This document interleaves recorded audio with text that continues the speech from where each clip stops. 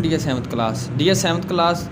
आज जो है हम एलिफेंट्स का जो एक्सरसाइज करने जा रहे हैं और सबसे पहले जो हम करेंगे वो रीडिंग फॉर अंडरस्टैंडिंग है। तो रीडिंग फॉर अंडरस्टैंडिंग में ये है कि उन्होंने सबसे पहले क्वेश्चन पूछा हुआ है, what had the elephant handler done after the young man had been buried. जो हाथियों को हैंडल करने वाले थे उन्होंने जब नौजवान को दफन किया गया तो क्या किया। तो ये क्वेश्चन है। तो उन्होंने कहा पैराग्राफ नंबर 1 से कंसर्न करें। तो पैराग्राफ नंबर 1 की तरफ चलते हैं। तो डियर स्टूडेंट्स, ये हमारा आ गया पैराग्राफ नंबर 1। तो अगर आप पैराग्राफ नंबर 1 की इस लाइन पे जाएं, evidently no sooner had this soil been tamped down on the dead man grave then the other oozies had begun to flee the camp taking their elephant with them.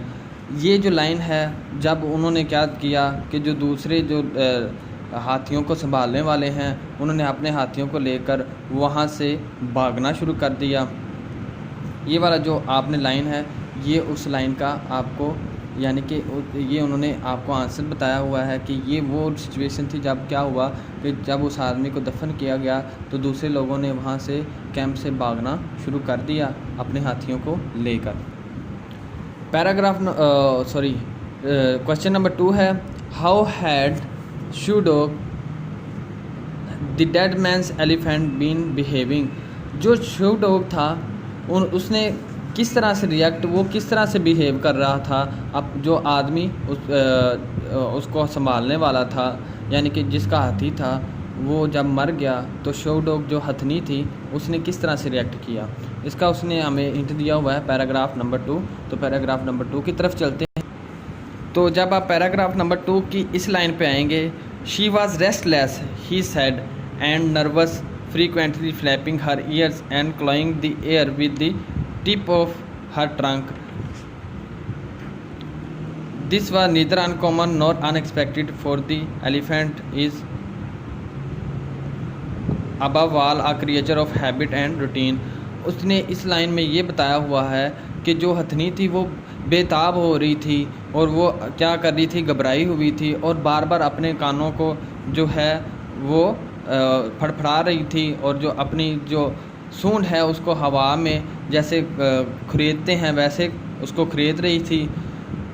तो ये क्या कह रहा है, हाथियों के लिए क्या है, ये ऐसा कॉमन है कि जब उनका जो है ट्रेनर है वो मर जाता है। तो आपको ये समझ आ रही है, बताइएगा लाजमी।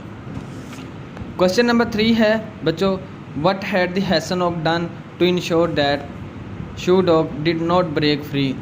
हसनोक ने क्या किया कि उसे यकीन हो गया कि अब शू डॉग जो है वो अब नहीं भाग सकती, अब वो बिल्कुल महफूज है। तो उसने जो हिंट दिया है वो पैराग्राफ नंबर 3 का दिया है। तो आप अगर इसकी इस लाइन पे आएँ, then he had seated her securely between two immense and immovable trees to be doubly sure of keeping her bound he had used not the usual lightweight feather with which elephants are shackled at night but the heavy iron twin chains that are employed in the harnessing logs। वो ये कह रहा है कि उसने क्या किया था, हाथी को 2 मजबूत तनों वाले दरख्तों के दरमियान बांध दिया था और फिर इस यकीन को दोहरा करने के लिए उसने क्या किया, जो मोटी मोटी चेनें हैं उसके साथ हाथी के पाँव बांध दिए। आम चेनों की बजाय उसने क्या किया, मोटी मोटी चेनों से उसके पाँव बांध दिए ताकि उसको पक्का यकीन हो जाए कि अब ये भागेगा नहीं। अब क्वेश्चन नंबर 4 है, what were the first science that a storm was approaching. वो पहले क्या असरात थे कि जिससे पता चले कि जो तूफ़ान है वो आने वाला है। तो उसने जो हमें दिया है पैराग्राफ नंबर 4। यहाँ पे अगर आप देखें तो ये सेकंड लाइन में आए, it had not rained much through the day but with the approach of evening clouds had begun to mass in the sky and by the time I blew my lamp and rolled out my mat there was not a star to be seen। यहाँ पे उसने क्या बताया कि जो सुबह है वो इतनी ज़्यादा बारिश नहीं हुई थी, लेकिन जैसे ही शाम आई बादलों का एक झुरमट आया और क्या हुआ वहाँ पे जो फिर उसने क्या किया, उस जुर्मट को देखकर क्या किया, अपना जो लैंप है उसको जलाया और अपने जो बिस्तर को इकट्ठा करके अंदर चला गया। देन हमारे पास आता है question number 5। Why was the Hasnok so sure that Shudok had been freed by a human hand. जो हसनोक को इतना यकीन कैसे था कि जो शूडोक है हथनी को इंसानी हाथों ने जो रिहा किया था। उसने पैराग्राफ नंबर 5 का हिंट दिया है। इस पे अगर आप आएँ तो देखें, वो कह रहा है if she had broken loose the Hasnok said the chain would still dragging on her feet. जो कह रहा है जो चेनें हैं वो अगर वो उसने छुड़वा ली हैं तो चेनें जो हैं उसके पाँव के साथ अभी भी बंधी होंगी। ही पॉज टू लिसन, वो कुछ देर रुका सुनने के लिए। But I hear no chains sound, लेकिन उसने कोई भी चेन की आवाज़ ना सुनी। She has been freed by a human hand, वो इंसान के हाथों रिहा हुई थी। यानी कि जब उन्होंने क्या किया कि उन्होंने कहा कि वो जो है अगर छूट गई है तो उसके जो पाँव हैं उसके साथ ज़ंजीरें लाजमी होंगी, तो ज़ंजीरों की आवाज़ आएगी। लेकिन जब उन्होंने सुना तो ज़ंजीरों की आवाज़ नहीं आई, तो इसलिए उनको शोर हो गया कि ये इंसान के हाथों इसको रिहा किया गया है। क्वेश्चन नंबर 6 है explain exactly what happened between Shudok moving toward the tie and Mekithekin shooting her. जो है पैराग्राफ नंबर 6 और पैराग्राफ नंबर 7 में उन्होंने इसको एक्सप्लेन किया है। हम चलते हैं उधर। अगर वो पूछना ये चाह रहा है कि वहाँ पे क्या हुआ था जब शूडोक जो है वो झोंपड़ी की तरफ चलना शुरू हुई या झोंपड़ी की तरफ गई और मेकीथेकिन ने उसको शूट कर दिया था, यानी गोली मारी। यहाँ पे देखें जो लाइन नंबर 1 है, in the momentary glare of that flat sheet of light I saw Shudok directly ahead moving toward the tie with her head lowered and her trunk curled under her lip. I jumped on my feet and began to shout in warning, Mekithekin. वो क्या कह रहा है कि जब वो रोशनी की एक सीधी लेयर आई तो उसमें उसने क्या देखा कि शूडोक है वो बिल्कुल सामने थी झोंपड़ी के, और वो उसने अपना सर झुकाया हुआ था और क्या किया हुआ था और अपनी जो सूंड है उसको अपने होंठों में दबाया हुआ था।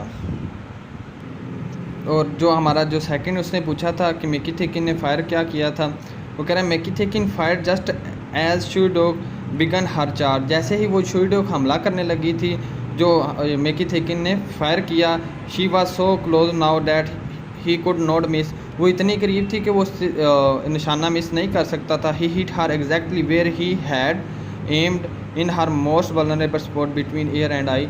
उसने बिल्कुल उस नाजुक जगह पर उसको फायर किया, यानी आँखों और कानों के दरमियान, दिमाग के बिल्कुल सेंटर में। देन वो कह रहा है explain exactly how Shudok and Mekithekin died. वो कह रहा है जो मेकीथेकिन है और शूडोक है वो कैसे मरे थे, आपने ये बताना है। वो पैराग्राफ नंबर 8 की तरफ इशारा कर। तो पैराग्राफ नंबर 7 पे आएँ क्योंकि पैराग्राफ नंबर 8 में नहीं है उसका आंसर।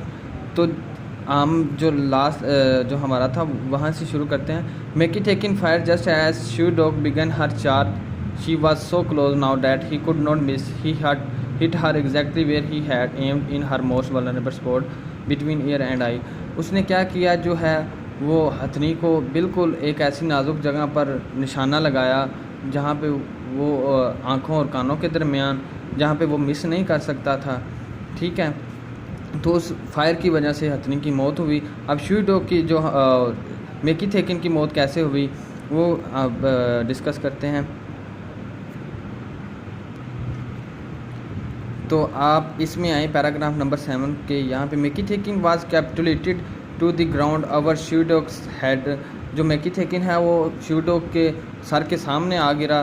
देन शूडोक टर्न नाउ, शूडोक मुड़ी until she was facing the assistant prone body, ताकि वो एक जो है ज़ख्मी हालत में यानी कि ना संभालने वाली जो जिस्म है उसको लेकर लड़खड़ा रही थी। Then very slowly she allowed her dying weight to go crashing down on him. और फिर उसने आहिस्तगी से अपना जो सारा जिस्म है उसके ऊपर गिरा दिया, हेड फर्स्ट, पहले सर, her weight rolling over in a circular motion. और सर्कुलर मोशन में उसने अपना पहले जो सर है वो नीचे गिराया, फिर अपना जो सारा जिस्म है उसके ऊपर गिरा दिया, यानी कि हथनी जो है वो उसके ऊपर गिर गई, जो वो शीट मैकी थेकिन था, तो उसकी वजह से उसकी मौत हो गई। क्वेश्चन नंबर 1 है, what did the storyteller and the Hasnok see next to the huge foot mark of Shudok. जो स्टोरी टेलर है और हसनोक ने जो है हाथी के बड़े बड़े पाँव के साथ क्या देखा, वो हम पैराग्राफ नंबर 9 में हम यहाँ से स्टार्ट करेंगे। But beside it was a smaller impression curiously shapeless almost oblong. What is it, I said, what made that mark, it's a footprint, he said, human.